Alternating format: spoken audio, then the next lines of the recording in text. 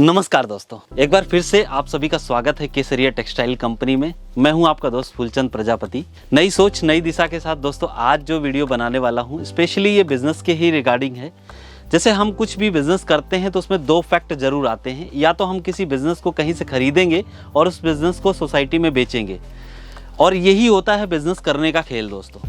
लेकिन अभी क्या है कि दोनों चीज़ों में जो है हमको माहिर होना पड़ता है, और हम जब तक माहिर नहीं होंगे तब तक या तो हम गलत चीज़ें उठा लेंगे और गलत लोगों को बेच देंगे।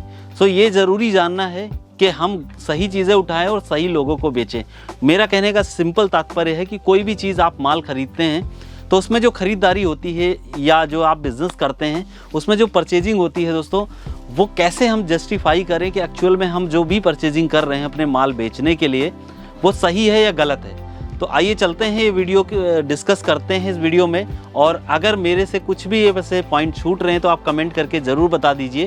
लेकिन मैं पूरी कोशिश करता हूँ कि एक चीज़ों को कैसे करके क्लियरिफाई करें कि हम बिज़नेस में कौन कौन से पॉइंट रखें और उस परचेजिंग में कौन से ऐसे पॉइंट होने चाहिए जो एक्चुअल में ये क्लियर कर दे कि भाई ये चीज़ परफेक्ट है और ये बिज़नेस में हमारे काफ़ी अच्छी सेल्स को जनरेट करने में हमारा बहुत ही मदद करेगा दोस्तों।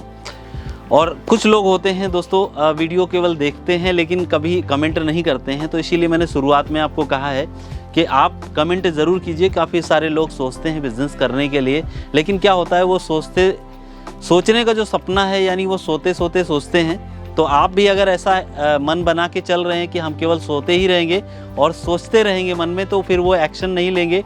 तो ये जो खरीदारी का पॉइंट है मैं कितना भी अच्छा शेयर करूं लेकिन आपके मन में नहीं आएगा।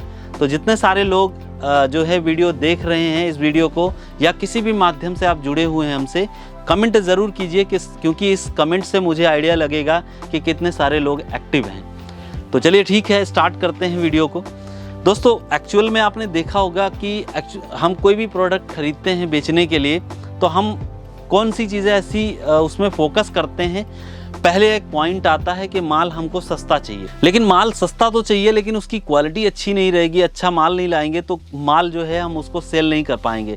अगर हमने मान लीजिए किसी को माल सेल भी कर दिया तो होता क्या है कि वो माल फिर दोबारा कस्टमर का एक्सपीरियंस अच्छा नहीं आएगा, तो वो हमारे यहाँ दोबारा नहीं आएगा। वो आपको कभी बोलने नहीं आएगा कि आपने माल मुझे गलत दिया है, क्योंकि रिटेल में क्या होता है इंसान अपनी ज़रूरतों के अकॉर्डिंग खरीदारी कर लेता है। लेकिन क्या होता है कि फिर वो खरीदारी होने के बाद अगर उसका एक्सपीरियंस गलत आता है तो वो कभी भी आपको कहने नहीं आता है। लेकिन दोस्तों यहाँ पर परचेजिंग की बात हो रही है, तो परचेजिंग में जो है कौन कौन से पॉइंट में अगर हम कोई भी माल सस्ते दाम में खरीद रहे हैं दोस्तों, तो वहाँ पर क्या है कि क्वालिटी ज़रूरी होना चाहिए। कि कपड़ा, अगर हम कपड़े का बिज़नेस करना चाहते हैं तो पहला पॉइंट ये आता है कि कपड़े की क्वालिटी अच्छी हो, यानी कि वो अगर किसी भी धुलाई का जो उसको वॉशिंग करने का जो तरीका है उसमें कहीं ऐसा तो नहीं है कि वॉशिंग करने के बाद उसमें रोएं आ रहे हैं या किसी प्रकार का ऐसा कुछ प्रॉब्लम हो, उसका कलर जाने वाला फैक्ट्स तो नहीं होने वाला है।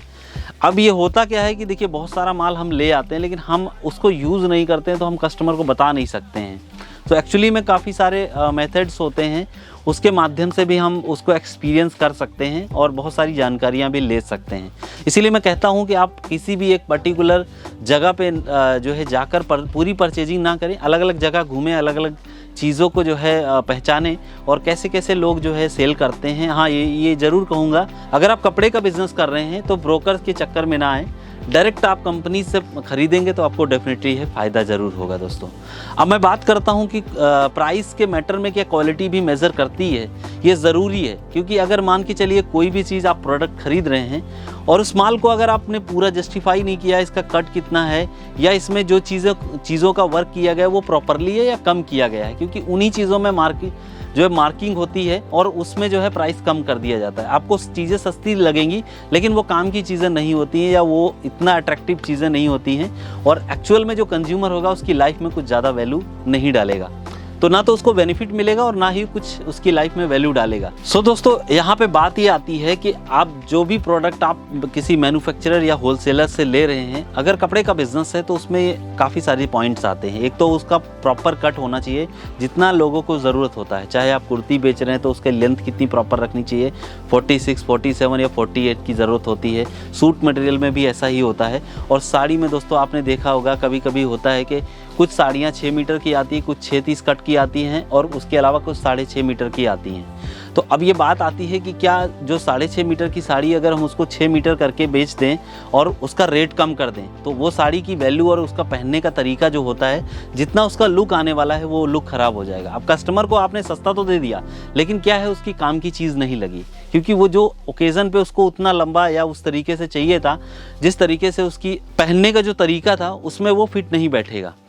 तो अब यहाँ पे जो कस्टमर का एक्सपीरियंस रहेगा वो थोड़ा सा गलत रहेगा आपके प्रति। उसको थोड़ा सा ऐसा लगेगा कि ये चीज़ें आपने उसको गाइड नहीं किया, माल तो सस्ते में दे दिया लेकिन आपने उसको प्रॉपरली गाइड नहीं किया, तो दोबारा आपकी दुकान पे कभी भी बोलने नहीं आएगा और वो माल भी लेने नहीं आएगा दोस्तों। तो ऐसे कस्टमर्स के एक्सपीरियंस को आप पहले से ज़रूर समझें कि जो हम प्रोडक्ट बेच रहे हैं उसको एक्चुअल में हम चीज़ों को समझें और उसके अकॉर्डिंग उसको जो है एक्सप्लेन करें उसके बारे में। कभी कभी होता है कि कुछ कस्टमर हमारे पास आते हैं और वो ये बताते हैं कि जी आपका प्रोडक्ट तो ये 500 में दे रहे हैं, लेकिन आपके बाजू वाली शॉप में ये चीज़ें मुझे 400 में मिल रही हैं। सो आप उनको गाइड कर सकते हैं कि हो सकता है उसमें आपने पूरा प्रॉपरली चेक किया क्या यही प्रोडक्ट है, यही पर्टिकुलर चीज़ की बनी हुई है, या इसमें जो वर्क किया गया है पर्टिकुलर इतना ही वर्क है या उससे कम होने वाला है। उसके अलावा दोस्तों कपड़े का कट वगैरह तो कम ज़्यादा नहीं है, ये भी मेज़र करना पड़ता है। सो दो चीज़ें बहुत ज़्यादा इंपॉर्टेंस रखती हैं कि एक्चुअली में आप जो प्रोडक्ट ले रहे हैं उसका प्राइस ही मैटर नहीं करता, उसकी क्वालिटी भी मैटर करती है। इसलिए क्वालिटी ज़रूर चेक करें।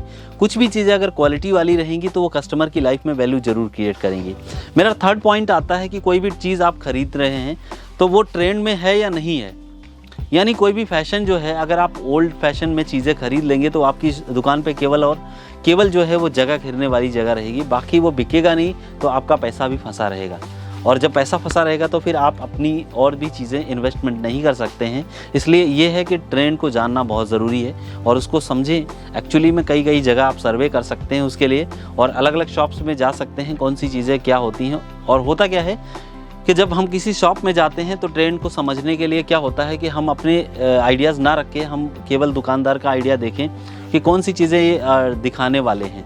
मतलब जो चीज़ें ज़्यादा बिकने वाली हैं कस्टमर ओपनली फर्स्ट टाइम उसको ही ओपन करता है। तो आप अगर नए स्टार्टअप्स को करना चाहते हैं और जानना चाहते हैं तो आप अपने एरिए या आप अपने लगभग 10 किलोमीटर तक थोड़ा रिसर्च ज़रूर करें कि ये चीज़ें हम जो है रखें।